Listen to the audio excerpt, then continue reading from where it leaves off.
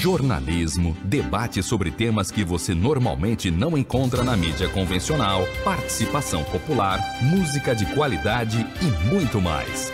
Web Rádio Censura Livre, a voz da classe trabalhadora.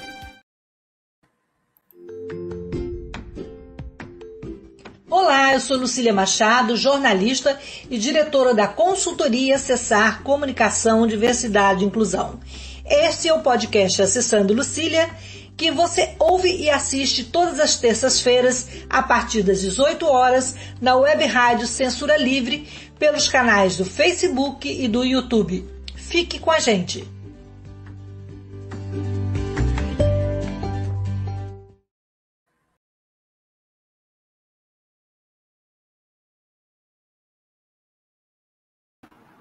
Olá, boa tarde, quase boa noite. E hoje nós vamos falar sobre tecnologia assistiva. É um produto que ainda é muito caro e custa muito para as pessoas e acaba se tornando um produto excludente para a maioria das pessoas com deficiência. Para conversar com a gente sobre esse assunto, hoje nós vamos ter o professor José Evandro Rodrigues Guimarães. Ele é graduado em Design de Produtos pela FAAP, a Fundação Armando Penteado, é mestre em Ciência e ênfase em Tecnologia Assistiva pela SUNY State University of New York, de Buffalo, PhD em Design, com ênfase em Desenho Universal pela Staffordshire University, na Inglaterra, e é professora adjunta do curso de Design do Departamento de Desenho e Tecnologia da Universidade do Maranhão, foi coordenador geral de Tecnologia Assistiva da Secretaria Nacional...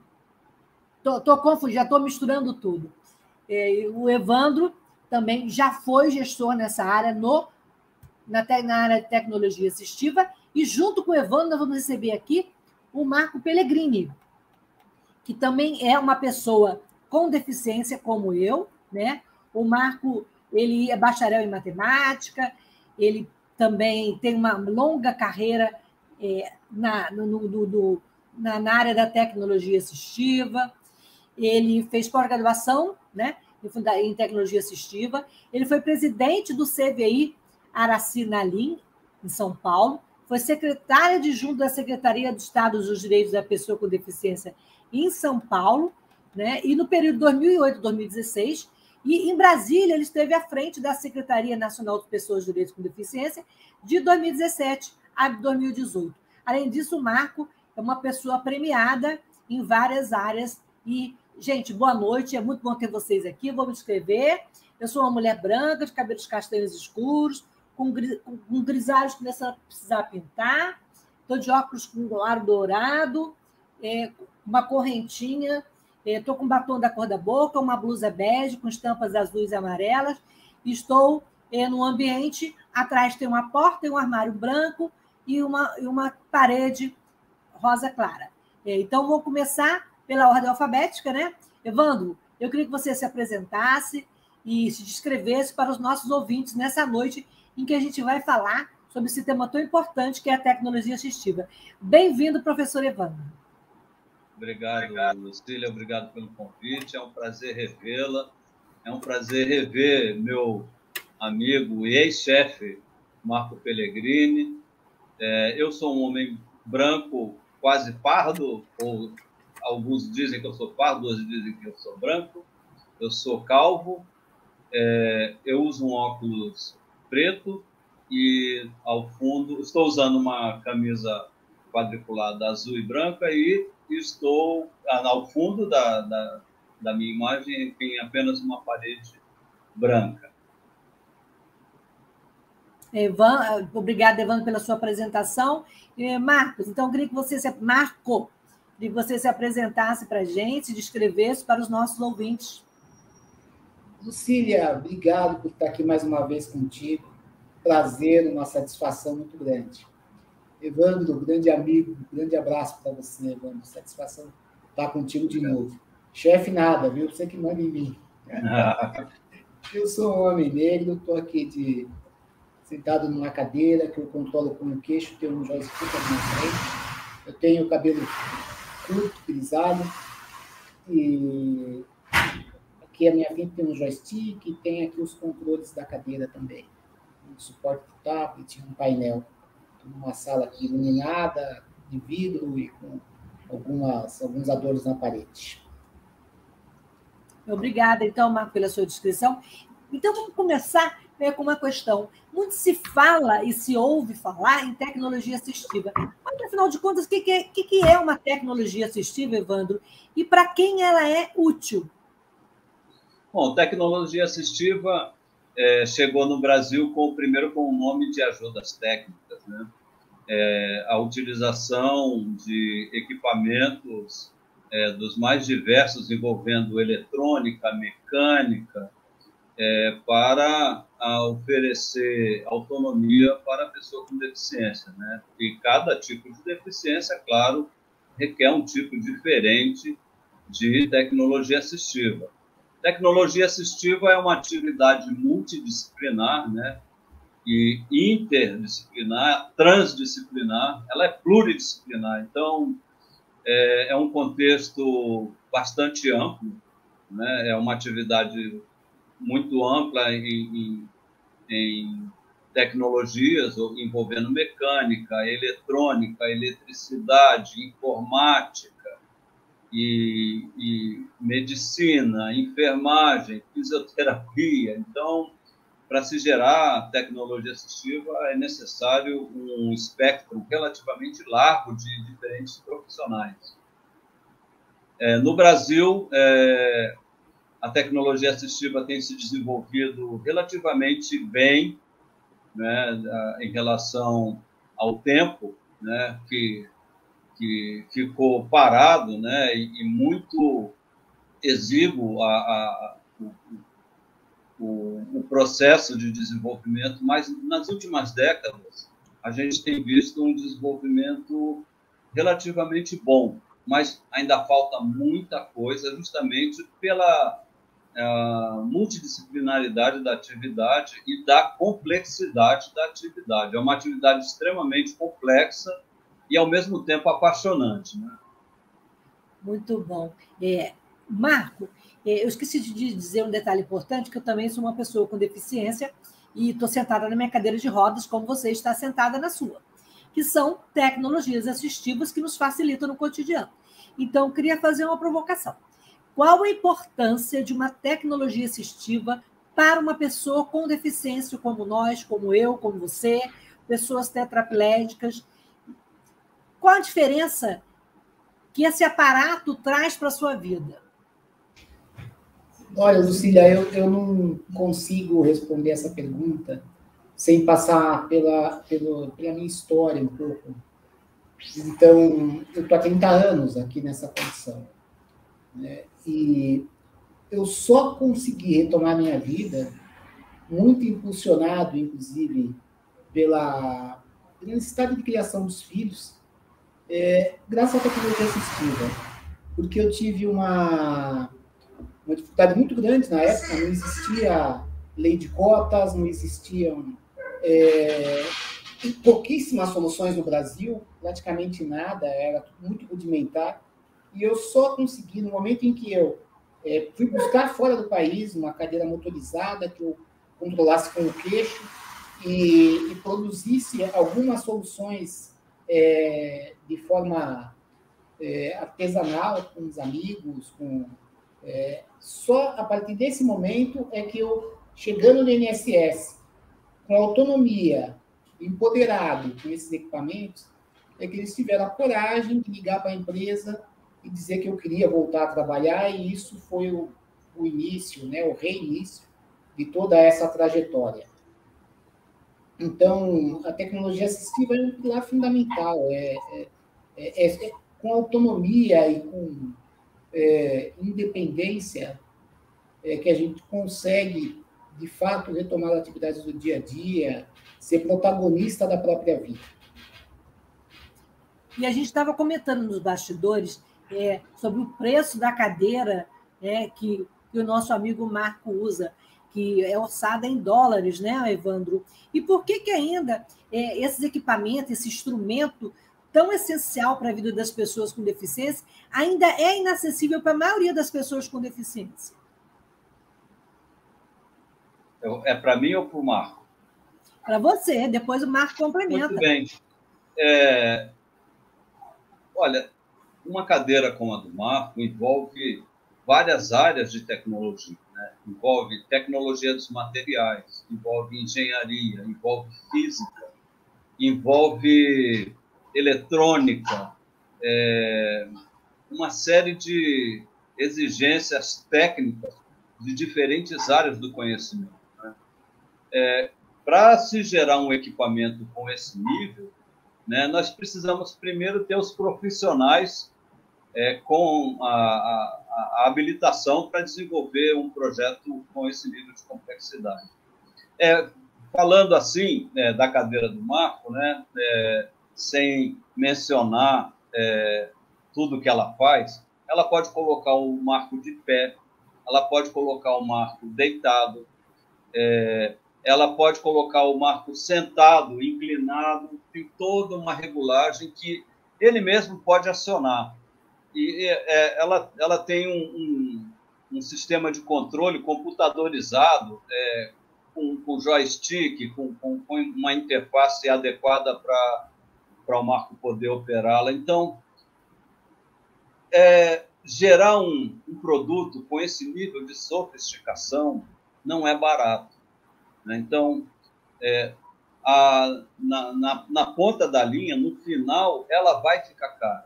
Agora, eu entendo que é preciso mencionar que a aquisição do equipamento para a pessoa com deficiência não deve, a compra, a aquisição não deve recair apenas no usuário, né? Então, como a gente observa em outros países, a produção de tecnologia assistiva é subsidiada.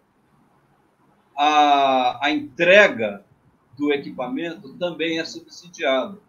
Então, nos Estados Unidos, por exemplo, muitas pessoas que necessitam de uma cadeira como essa F5, né, da Permobil, que é uma excelente marca, é uma excelente empresa, né? Para chegar, uma pessoa que precisa de um equipamento como esse, é entregue pelo governo. Agora, é claro, se for uma pessoa que tenha capacidade de comprar uma cadeira dessa, ela não vai receber gratuitamente, né? Para além disso, o subsídio para equipamentos assistivos em outros países ocorre também na compra do equipamento por uma pessoa que tem renda para adquirir o equipamento. Um percentual daquele vai para se comprar equipamentos para quem não tem recursos para se adquirir. Agora, isso seria chamado de paternalismo? Não, isso é uma estratégia de administração pública, porque vamos tomar o agro como exemplo, tá certo? O agro é subsidiado pelo governo, com maquinário, com sementes, com agrotóxicos, com assistência técnica, com um monte de coisas. Por quê?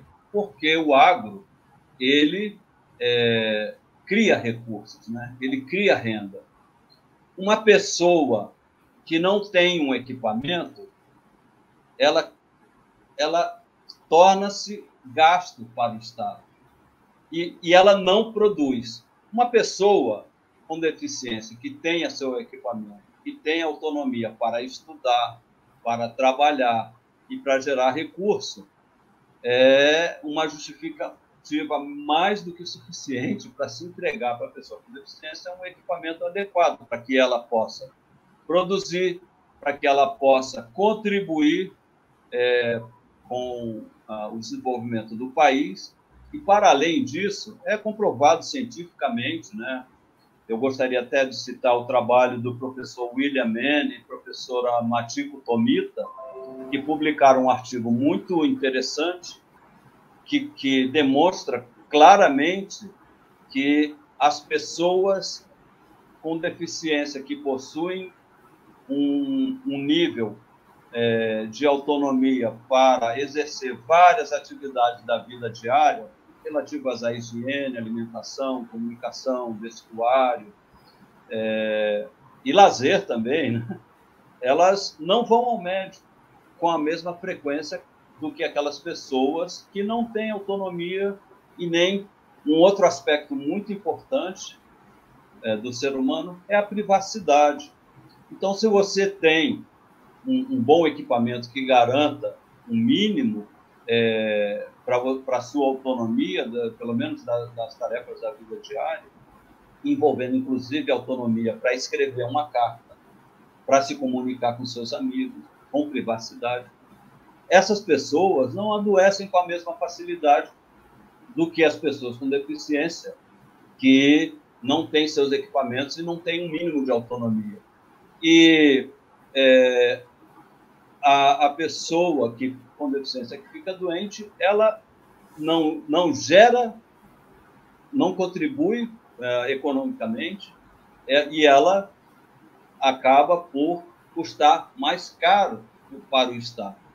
Agora, eu insisto no seguinte ponto: a tecnologia assistiva é complexa, nós não temos escolha, né? O ser humano é complexo por natureza. A pessoa com deficiência, que perdeu uma habilidade ou que nasceu sem uma habilidade e precisa dessa habilidade para ter a sua autonomia no dia a dia, ela precisa de um equipamento adequado, né?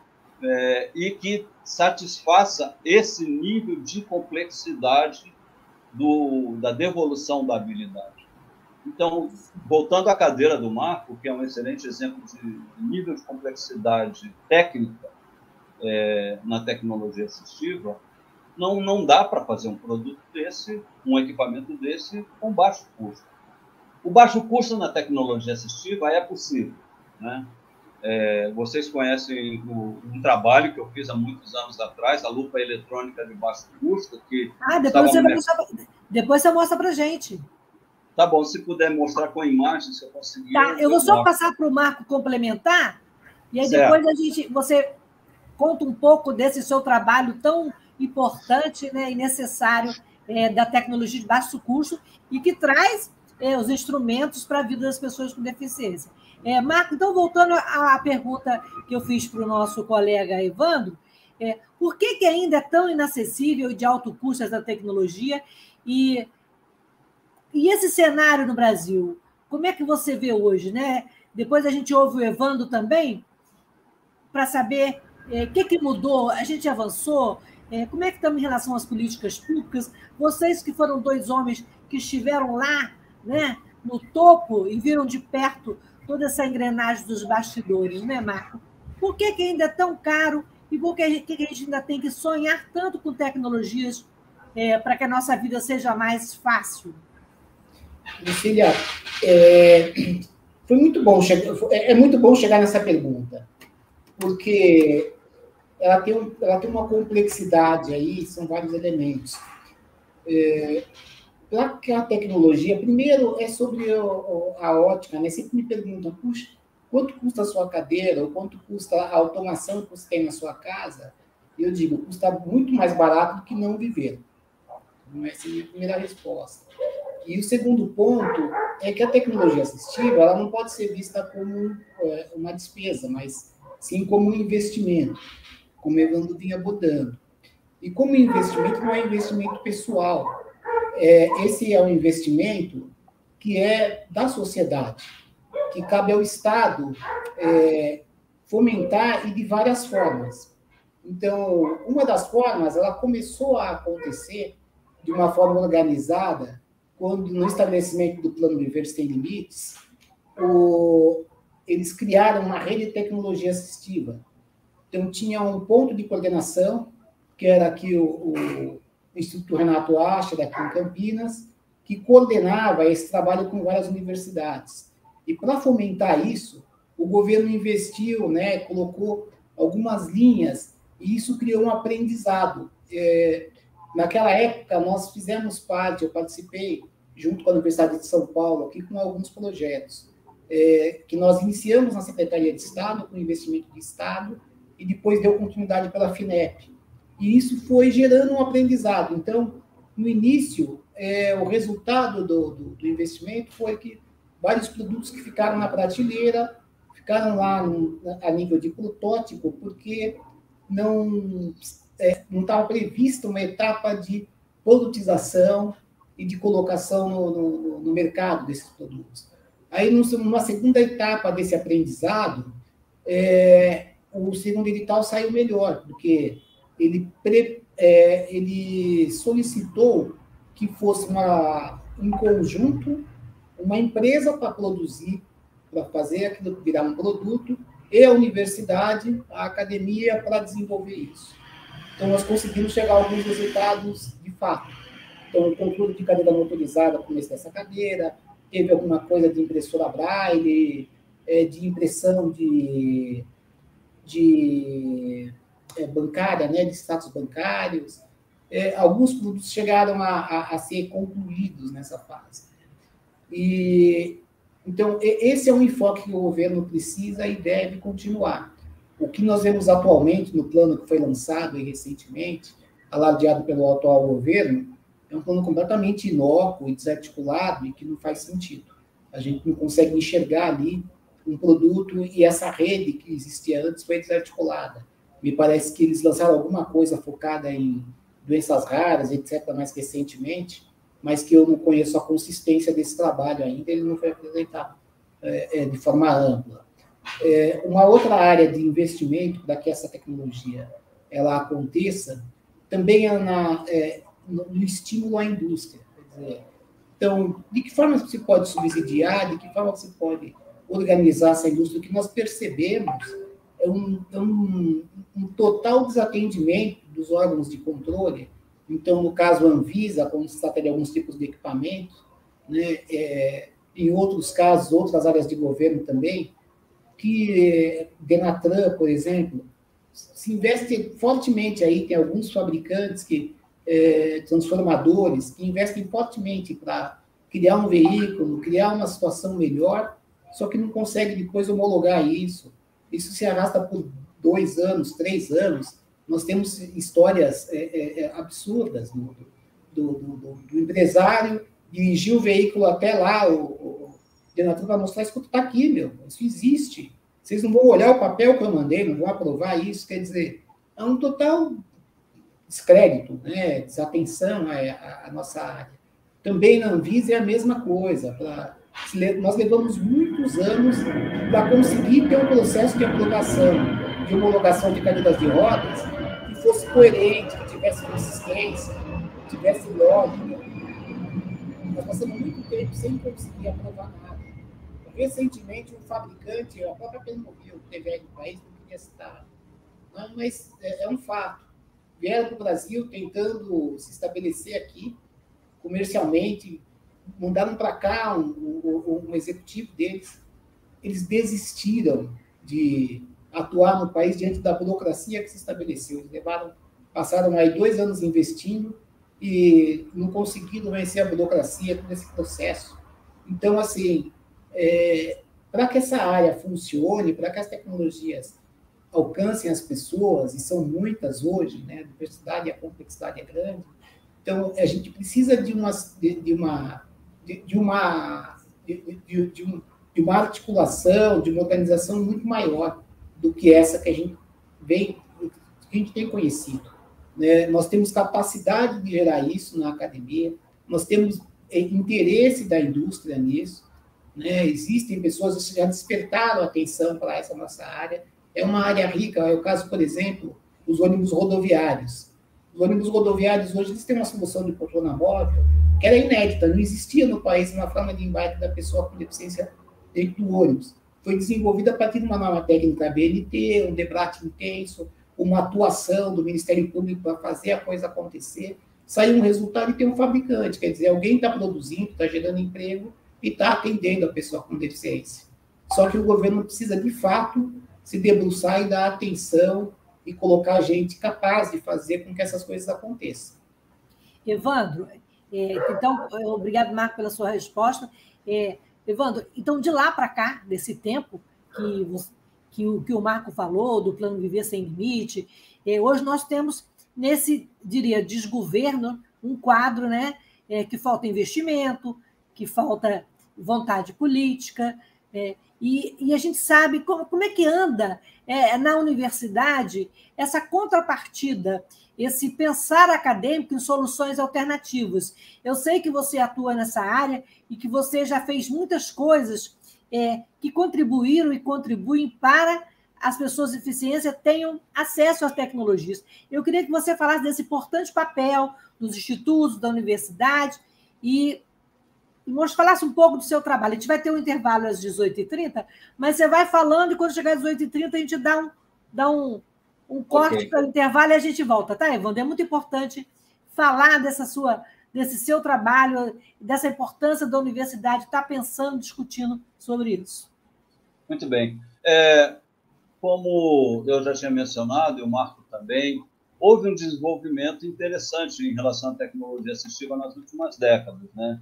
Como o Marco estava dizendo, né, no início dos anos 90, ainda era muito difícil uma série de coisas, né, que não favoreciam o desenvolvimento da tecnologia assistiva. No início dos anos 2000, a coisa começou a melhorar bastante com a criação do Comitê de Ajudas Técnicas, né, lá na Secretaria, com muitos acadêmicos bastante competentes, né, que escreveram o primeiro Plano Nacional de Tecnologia Assistiva, criaram o CITA, né, que é o Comitê Interministerial de Tecnologia Assistiva, que está ativo, né.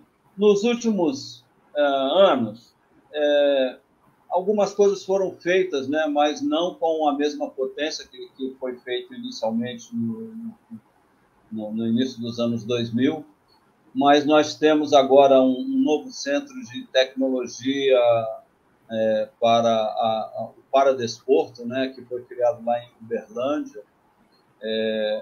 O CNRTA, né, que é o Centro Nacional de Referência de Tecnologia Assistiva, aqui lá em Campinas, no Instituto Renato Ascher, eu não sei se ele está funcionando ainda, né, eu tenho procurado na internet, nem o site mais eu não encontro.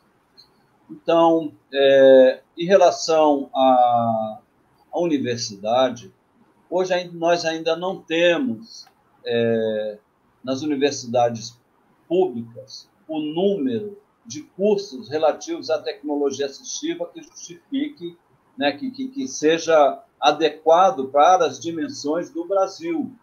Então, nós precisamos muito de profissionais com formação específica em tecnologia assistiva. Nós temos muitos profissionais fazendo tecnologia assistiva sem certificação.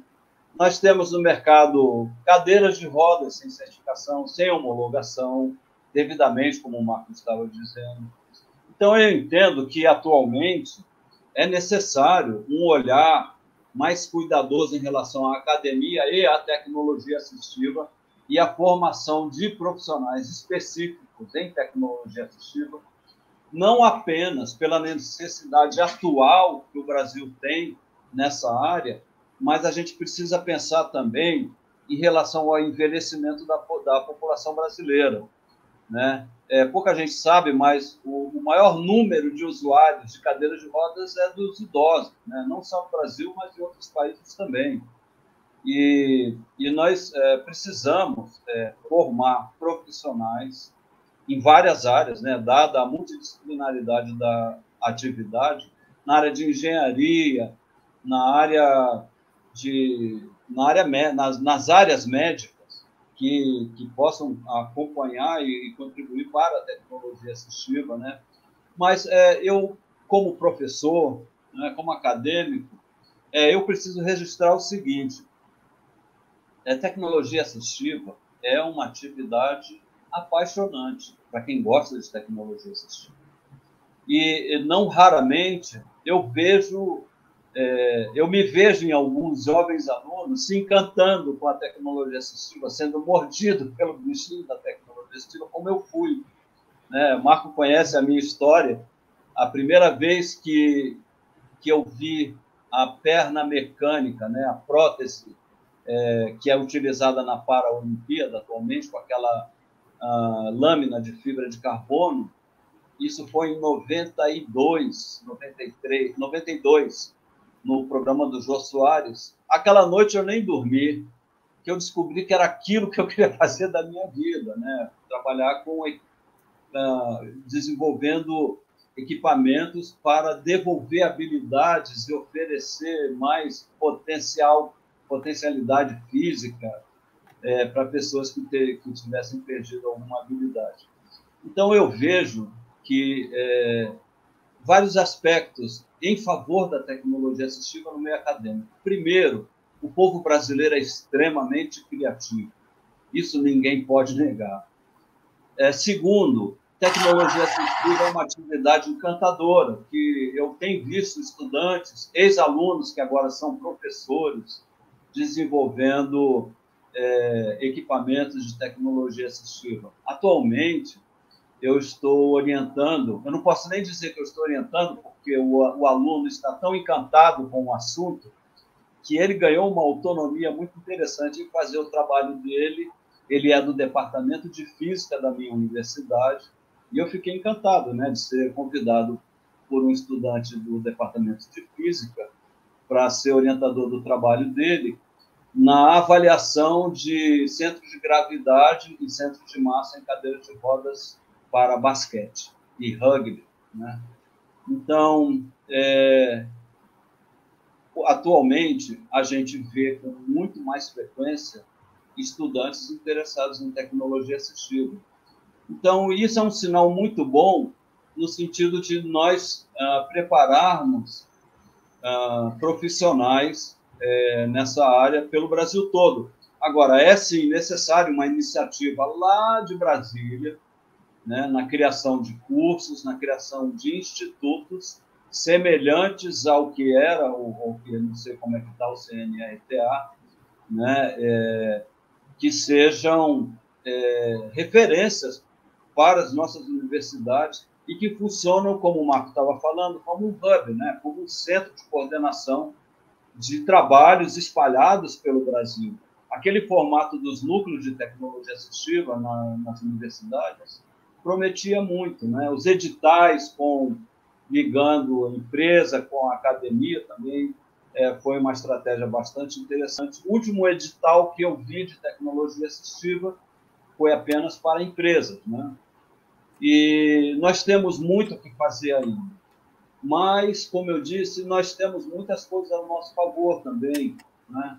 A criatividade do nosso povo, a força de trabalho, a força intelectual, o interesse pelos estudos, o interesse pelo novo. E falta agora organizar, né, uma estratégia envolvendo as universidades e a criação de cursos para a área de tecnologia assistiva. Eu queria apenas... Diego. A gente vai ter que fazer agora o intervalo. Tá bom. E na volta, se você puder mostrar para a gente aí alguma das suas invenções, tá né? Tá bom. E também a gente volta e o Marco também comenta desse papel importante da academia, da pesquisa e dessa empolgante, você falou do bichinho, eu falo que o bichinho da inclusão me mordeu. E o bichinho da tecnologia te mordeu e faz efeito. Então, vamos ouvir um pouquinho sobre essa rádio, que é uma rádio da classe trabalhadora, sem fins lucrativos, e a gente está aqui para fazer um papel de incluir e de somar. Vamos lá, Antônio? Acompanhe a programação da Web Rádio Censura Livre no site www.clwebradio.com, no aplicativo exclusivo para ouvir rádio no celular, tablet e Smart TV. A emissora também está no Radiosnet, um dos maiores aplicativos para esta finalidade, na nossa página no Facebook e no canal da emissora no YouTube. Acesse o nosso canal escrevendo youtube.com/c/censura livre, tudo junto. Inscreva-se no canal e acione o sininho para receber as notificações de novos vídeos. Web Rádio Censura Livre, a voz da classe trabalhadora. Para ajudar a Web Rádio Censura Livre, anote os dados da nossa conta. Banco Bradesco, agência 6.666, conta corrente número 5602, dígito 2. Se preferir, nosso Pix é 32 954 696 0001 81. Somos uma emissora sem fins lucrativos e as contribuições são para pagar os custos de manutenção e transmissão. Desde já agradecemos a sua ajuda. Web Rádio Censura Livre, a voz da classe trabalhadora. Então, nós voltamos aqui ao papo com Marco Pellegrini e Evandro Guimarães sobre tecnologia assistiva. E o Evandro, antes do Evandro mostrar para a gente, falar um pouquinho do que ele tem feito para que as tecnologias assistivas saiam produzidas da universidade, protótipos, ideias e produtos, eu queria que o Marco falasse dessa importância do trabalho do Evandro e até desse jovem aprendiz, digamos assim, que ele tem lá na universidade, não só esse, mas já passaram muito pelas mãos dele, né, Marco? Qual a importância desse trabalho do professor estar lá na oficina, né, produzindo, pensando e trazendo para a gente esse instrumento que vai facilitar o nosso cotidiano? Olha, Lucília, eu vejo assim que hoje esse trabalho do Evandro aqui tem a FEBRACE, Feira Brasileira de Ciências, que também estimula bastante essa participação dos alunos. Também em outras universidades, acho que muito do que sobrou aí do que foi a rede de tecnologia assistiva, aí estimula e atrai profissionais e mantém essa chama acesa. Isso é importante para as pessoas terem conhecimento, se aproximarem e saberem da necessidade e saberem o que é possível, né? Porque, por incrível que pareça, o desconhecimento é muito grande. Então, às vezes a pessoa passa um apuro. Você imagine que eu já fui, em algumas oportunidades, socorrer pessoas que não sabiam que existia cadeira de banho. Estava lá acidentada, num esforço terrível, dentro de casa, dependendo de auxílio de várias pessoas para fazer a higiene pessoal, e ele não sabia que existia cadeira de banho. As pessoas não sabem a quantidade de soluções que estão disponíveis. Até mesmo profissionais da área desconhecem isso. Então, é super importante que esse conhecimento sobre tecnologia avance na sociedade como um todo. E, além disso, também é importante que as pessoas tenham a certeza, né, saibam que é um dever do Estado oferecer as soluções de órteses e próteses mais básicas e meios auxiliares. O que são isso? A reabilitação, a cadeira de rodas, a cadeira de banho, a muleta, a bengala, o aparelho de surdez. Todos esses equipamentos assistivos de primeira ordem, primeira necessidade, é obrigação do governo fazer isso, né? E, além de ser obrigação, também as pessoas desconhecem muitas vezes esse direito que envolve, inclusive, a cadeira motorizada. Desde, se não me engano, 2010 para cá, também a cadeira motorizada é oferecida ao cidadão. E se as pessoas elas não recorrem a isso lá no sistema de saúde, essa coisa vai desaparecendo. Muitas vezes eu ouço, me dói, quando eu ouço uma pessoa dizer: eu recebi a doação do SUS. Não é doação, é direito, é dever. O Estado tem o dever de atender o cidadão, né? E as pessoas têm que ter consciência disso. Não tem que procurar cadeira de rodas do vereador, não é da associação de bairro, não é fazendo campanha na internet, é indo ao posto de saúde, pedindo encaminhamento para a rede especializada, né? São os serviços de reabilitação do governo federal, tem a rede SARA, a nível federal também, tem a rede do Simontoro, aqui em São Paulo, tem vários equipamentos públicos que oferecem a dispensação, tem obrigação disso, tem o dever de entregar esses equipamentos com qualidade para as pessoas. Então, isso não é doação. As pessoas e nada de trocar o voto por uma tecnologia assistiva. Não é isso? É bom lembrar, nós estamos aí, né, Evandro? As vésperas da eleição, é importante falar isso. Evandro, então, eu queria que você falasse mais um pouco desse seu trabalho. E você está com a lupa aí para mostrar para a gente? Bom, eu vou tentar compartilhar a imagem aqui. Eu nunca usei esse sistema aqui. Eu estou aqui em compartilhar a tela. Dá para compartilhar, ô, Antônio? Vamos ver o que o Antônio diz aí. Qualquer coisa eu passo o WhatsApp dele e a gente... Como é ao vivo, como dizem, a gente tenta de tudo, né? Se você não conseguir, a gente pode tentar mandar uma foto e o Antônio reproduzir. Que é importante. Enquanto se você tenta isso, se você quiser ir falando um pouquinho da história, ou posso também perguntar, seguir na conversa com o Marco e depois volto com você. O que você prefere? Bom, eu prefiro tentar compartilhar, mas eu não sei como fazer isso. Vamos ver, Antônio, ele consegue compartilhar aqui da plataforma? Eu acho que não, né? Alô, produção? Evandro, tem um ícone embaixo, compartilhar. Certo. Você clica ali, aí você diz compartilhar janela. Aí você seleciona a janela que você quer compartilhar. Bom, no ícone que eu tenho aqui, compartilhar, tem compartilhar a tela. Tela. Aí abre um outro... Acho que o Antônio vai falar alguma coisa aí, Antônio. Compartilhou tela. O Marco matou a charada. Vê se você encontra aí, Evandro. Compartilhar aí. Está do lado e sair do estúdio, lado esquerdo. Para mim é embaixo. É embaixo, compartilhar. Compartilhar a tela. Aí abre uma outra janela. Compartilhamento de tela é mais fácil com 2 monitores.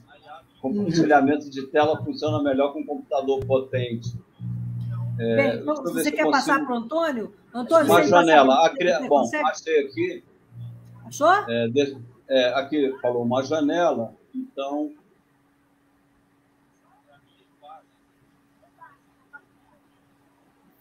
Bem, então você vai tentando... A tecnologia. A tecnologia não conseguiu?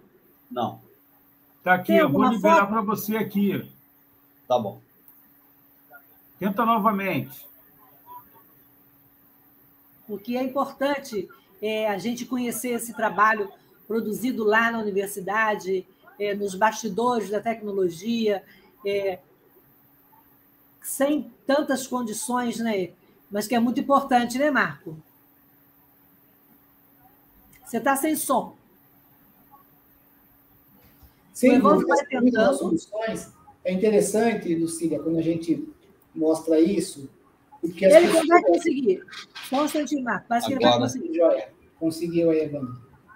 Nossa, está dando um espelho. Ih, ficou bonito agora. Ficou mesmo. Vamos lá. Então, enquanto você tenta aí, eu vou voltar para o Marco. Marco, qual a importância, então, desse trabalho do Evandro? Vamos falar de novo sobre isso aí e depois o Evandro tenta explicar, mostrar.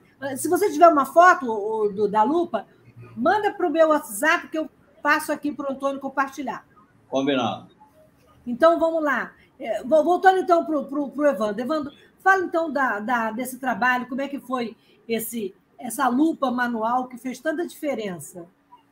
Bom, na época, eu tinha acabado de montar o núcleo de acessibilidade da UFMA, né, com um grupo de trabalho. E você está compartilhando a sua tela. E agora ele conseguiu. Vai. Clica aí. Não.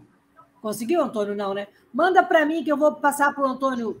Eu já mandei para você. Tá bom. Então vai falando sobre ela aí, que eu vou... Bom, na época, nós recebemos uma verba do governo federal para comprar equipamentos para os nossos estudantes com deficiência, né? E eu tinha, portanto, 16 alunos com baixa visão. E a verba só deu para comprar 3 lupas eletrônicas, né, que nós colocamos em algumas bibliotecas para que eles acessassem o conteúdo impresso. Cada lupa custava, na época, R$2.000 e poucos. E eu imaginei, não parece um equipamento assim tão sofisticado, né? E aí eu me fechei na minha oficina, na minha casa mesmo, e desenvolvi essa lupa eletrônica, né, de baixo custo, feito com uma webcam. e preso numa tampa de saboneteira, com 4 rodinhas, de maneira que ela deslizava alinhada com o texto. Esse trabalho, para além, eu acho que muito mais para além da divulgação, que foi muito boa para a nossa universidade, né, e para a tecnologia assistiva, foi o benefício que eu consegui oferecer para os nossos alunos com baixa visão. Eu entreguei para cada um deles um notebook, né?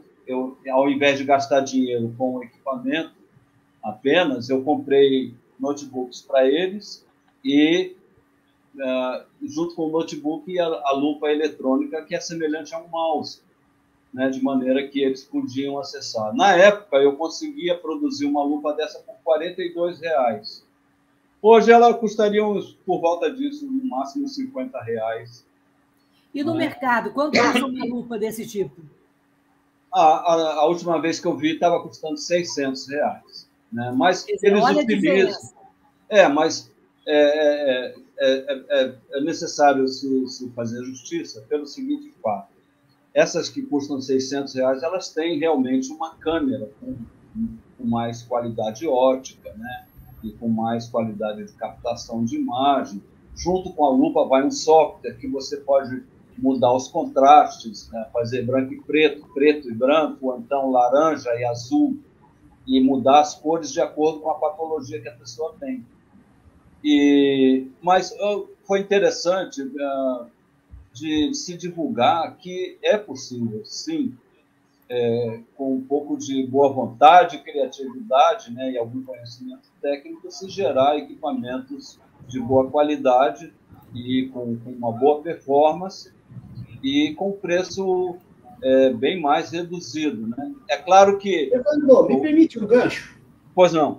A partir daí, você sabe, Evandro e Lucília, essa questão do preço, o Evandro chegou num ponto bem importante.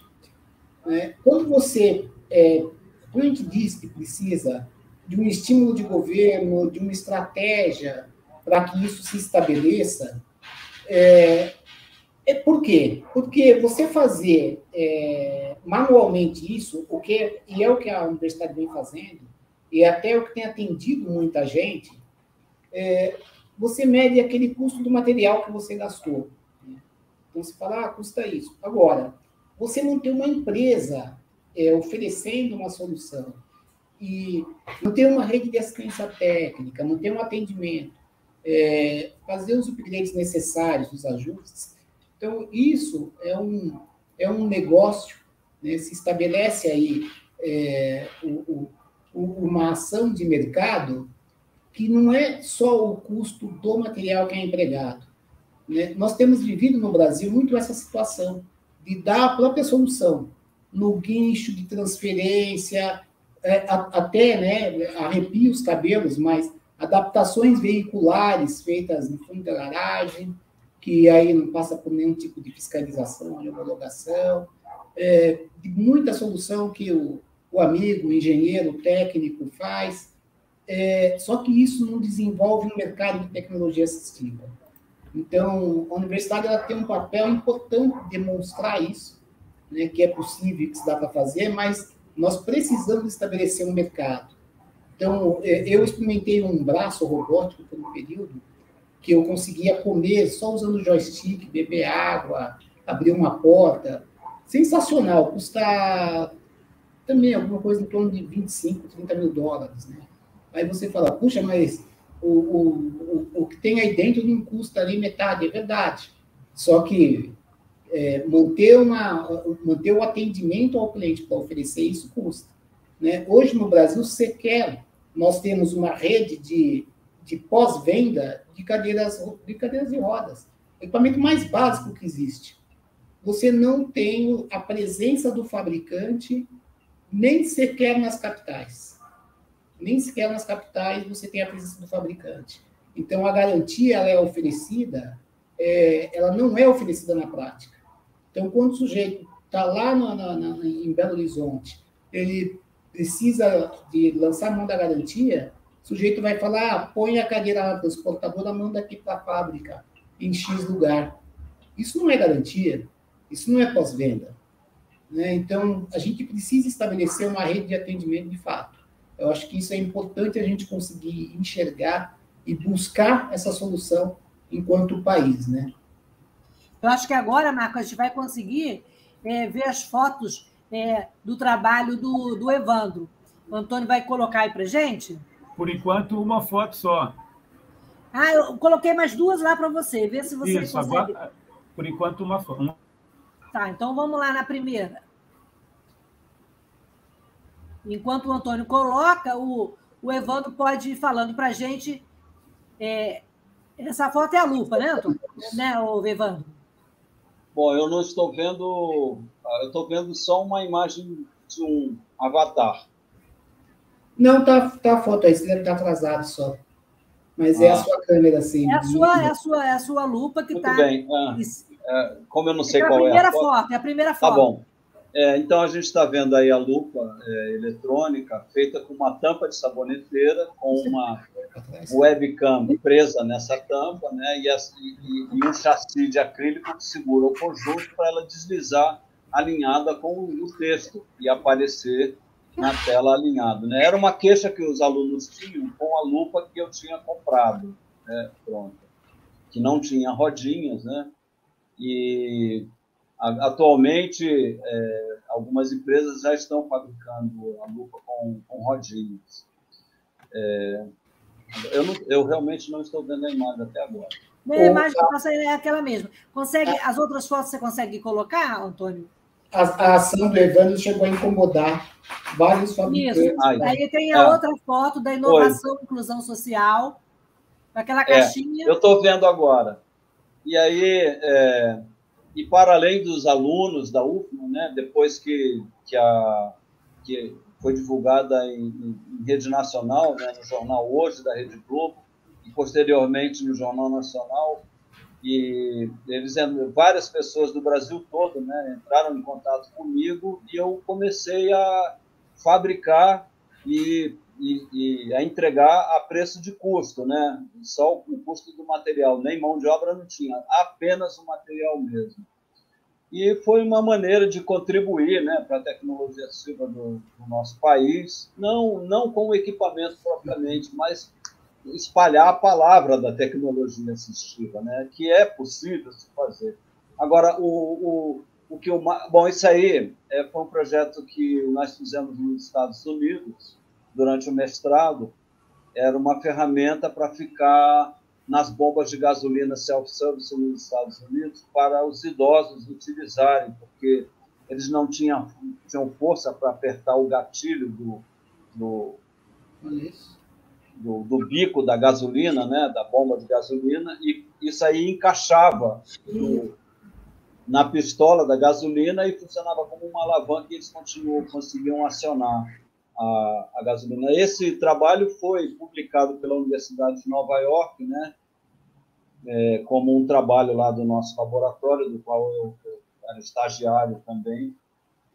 Agora, isso que o Marco estava falando é fundamental.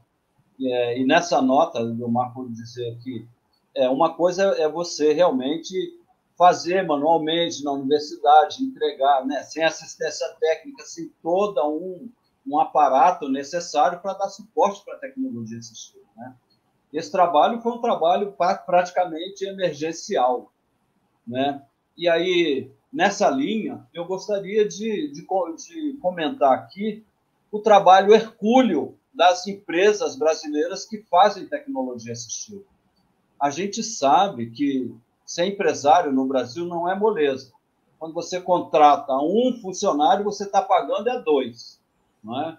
E mais uma série de encargos que o empresário tem. Então, a gente vê várias empresas gerando equipamentos muito bons e sem escolha, né, para poder continuar produzindo e ter todo esse aparato necessário de assistência técnica, substituição de peças, garantia, e com certificação, com atendimento clínico, inclusive, né? A gente tem que dar um crédito para o empresário de tecnologia assistiva brasileira que faz um trabalho hercúleo né? E nós temos muitos produtos muito bons, como o TIC, por exemplo, né? Que foi gerado lá em Minas Gerais, com o Gleison e o Adriano, né? Aquele óculos, né, Marco, que a gente tem, isso, exato. Que não é caro e extremamente eficiente para movimentar o mouse e operar. Né? Hoje o Vivap também, nós desenvolvemos, na AME. A AME é uma associação nossa aqui em São Paulo. Então, é uma moradia para pessoas com deficiência, com todo o sistema de automação e de supervisão. Então, você não precisa ter alguém olhando para essa pessoa. Os sensores sabem se ela se encontra em uma situação incomum, uma queda, ou se ela está deitada há um tempo fora do comum, se está sentada em uma situação muito incomum, e ele vai alarmar e vai buscar ajuda. Então, isso serve tanto para uma residência compartilhada, como também para em situações quaisquer, né? Uma pessoa que mora sozinha. E também tem uma pulseira que a pessoa, por comando de voz, também avisa o cuidador para ele se aproximar e oferecer o serviço, né? Então, a AME também desenvolve uma série de tecnologias desse tipo.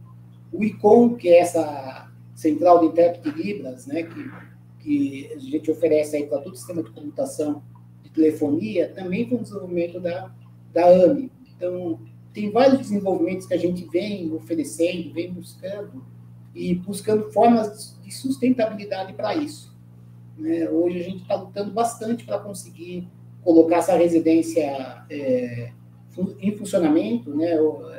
Efetivamente tendo as pessoas morando lá dentro, de uma forma diferente. Isso rende um bom podcast também. Vamos agendar, né? Esse trabalho tão importante, né? Sim, com certeza. Pode complementar. E eu vejo que hoje, o que nós estamos buscando, né, eu acho que é gritante para nós, pessoas com deficiência, que se estabeleça efetivamente a rede de cuidados, né? E a rede de cuidados, necessariamente, ela vai ter que ter uma abordagem de tecnologia assistiva para dar apoio às pessoas, dar autonomia e independência, diminuir a necessidade de intervenção humana para que seja sustentável. Então, acho que é uma grande oportunidade. E o nosso tempo está terminando, faltam 3 minutos, mas eu acho importante essa colocação, né, de que é possível uma parceria com a rede privada para avançar, né, na produção e na pensação, digamos, de tecnologia assistiva, Evandro? Eu acho que sim. Nós somos, de certa forma, privilegiados em relação ao empresariado brasileiro, especialmente na área de tecnologia. Como eu disse, eles são muito bravos, né? No sentido de performance, de vontade, de garra para fazer a coisa. Agora, eu insisto no aspecto que, tendo como exemplo países desenvolvidos, a presença do Estado é fundamental para garantir o equipamento de tecnologia assistiva para a pessoa com deficiência, especialmente as pessoas de baixa renda. E, como disse o Marco, isso não é um gasto, isso é um investimento. Isso é um investimento no país, né? E eu acho que nós temos tudo para gerar tecnologia assistiva de alta qualidade. Nós já geramos, inclusive. Possivelmente não tanto porque eu entendo que é mais importante agora pensar numa articulação em nível nacional. Está publicado na internet o PNTA, né, o Plano Nacional de Tecnologia Assistiva, com muitos aspectos muito bons. A mesma coisa a LBI também é muito boa. Agora a gente tem que seguir aquilo, né? E preparar em prática. Botar em prática, né? É isso. E principalmente, agora, comentando, Evandro, essas estratégias não adianta vir de cima só, né? Ela precisa ser discutida, precisa ser plural, né? Para estabelecer esse sistema todo, tudo que a gente precisa. Então, não adianta fazer isso a portas fechadas.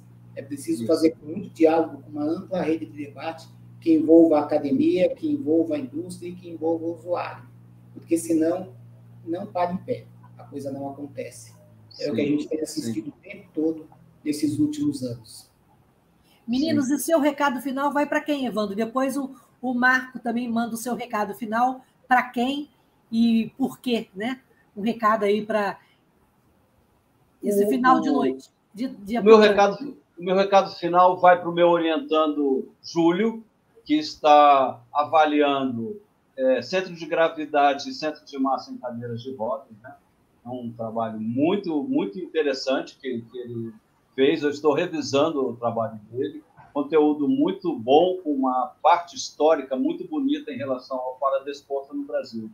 Então, Júlio, eu estou aqui torcendo por você para que corra tudo bem na defesa do seu TCC. E eu também, Júlio, tudo de bom para você. Sorte grande aí você ter o Evandro do seu lado. Marco, e o seu recado final? Olha, Lucília, eu poderia estar falando aqui para gestores públicos, né, para os gestores da universidade, dos reitores, professores, mas eu acho que quem é o protagonista da mudança é o sujeito que precisa do equipamento, precisa do recurso, é uma pessoa com deficiência. Eu acho que nós, pessoas com deficiência, precisamos tomar isso para nós, tomar isso como prioritário, como necessário, como imediato. Não se vive para daqui a 20, nem 30 anos. Se vive para agora. Então, é preciso que isso esteja no seu radar aí, para que você olhe para isso quando você for votar, que você olhe para isso na empresa que você trabalha, para que você olhe em seu redor e exija e faça de todas as formas acontecer. É preciso exigir que as soluções cheguem a todos. Não é possível a gente continuar olhando, e para poucos eu sou um privilegiado entre tantos, e não é possível que isso fique nesse nível. Todo mundo precisa ter essa solução. Então, vamos lá, gente. Vamos para cima. Gente, muito obrigada pela participação. E fechando aqui, é importante dizer que, além de tudo, além de investimento, além de pesquisa, a gente precisa de ter paciência, né? Paciência de que esses caminhos sejam trilhados, que a gente consiga avançar, derrubar barreiras, né? E não conviver com capacitismo e acreditar no potencial das pessoas com deficiência. E eu deixo aí um vídeo final para reflexão e para fechar o programa dessa noite. Valeu, gente, obrigada e até a próxima terça-feira. Fique de olho que o vídeo vale a pena. Beijo, beijo, Marco, beijo, Evandro. Beijo, Marco, beijo, Luci.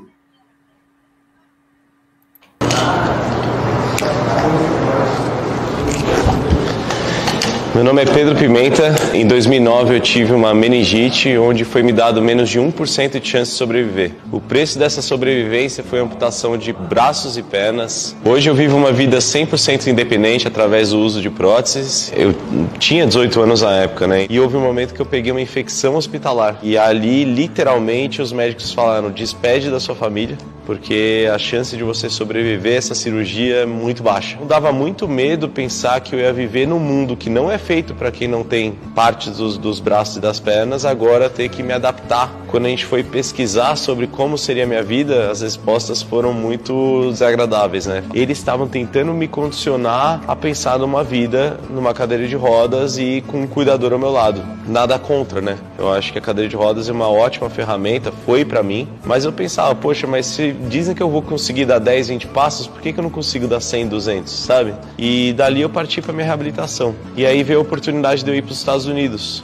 Eu conheci o vice-presidente de uma empresa grande lá num congresso de próteses. Quando eu cheguei lá, tinha veteranos de guerra. E dali eu não olhei para trás. Eu decidi que eu ia dar tudo de mim mesmo. Foi um treinamento militar que eles chamam de bootcamp. E eu voltei ao Brasil empurrando minha cadeira de rodas. E chegando aqui, imediatamente eu falei: pai, mãe, eu vou doar a cadeira. Agora vão fazer 12 anos, em dezembro desse ano, que eu não sento na cadeira. E agora na pandemia eu vim fazer home office aqui, ainda trabalhando lá fora, né? Mas eu vim para cá para ficar com a família, com a noiva. E quando eu olhei para cá, para o nosso país, eu falei: poxa, tem espaço para, né? Tem tanto que melhorar, que eu acho que eu posso ser mais útil aqui do que eu era lá fora. Tá na hora de abrir minha própria clínica de reabilitação aqui no Brasil. O nosso slogan é: a vida recomeça aqui, porque a gente cata esses cacos de vidro, não vai construir o mesmo vaso, nós vamos construir um vaso novo, um vaso até às vezes mais bonito, com mais propósito do que tinha antes, né?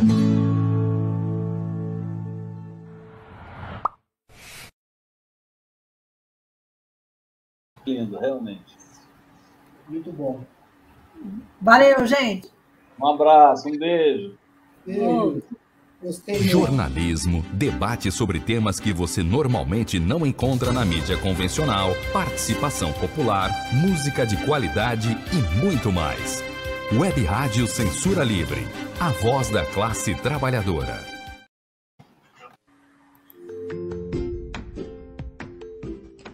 Olá, eu sou Lucília Machado, jornalista e diretora da consultoria Acessar Comunicação, Diversidade e Inclusão.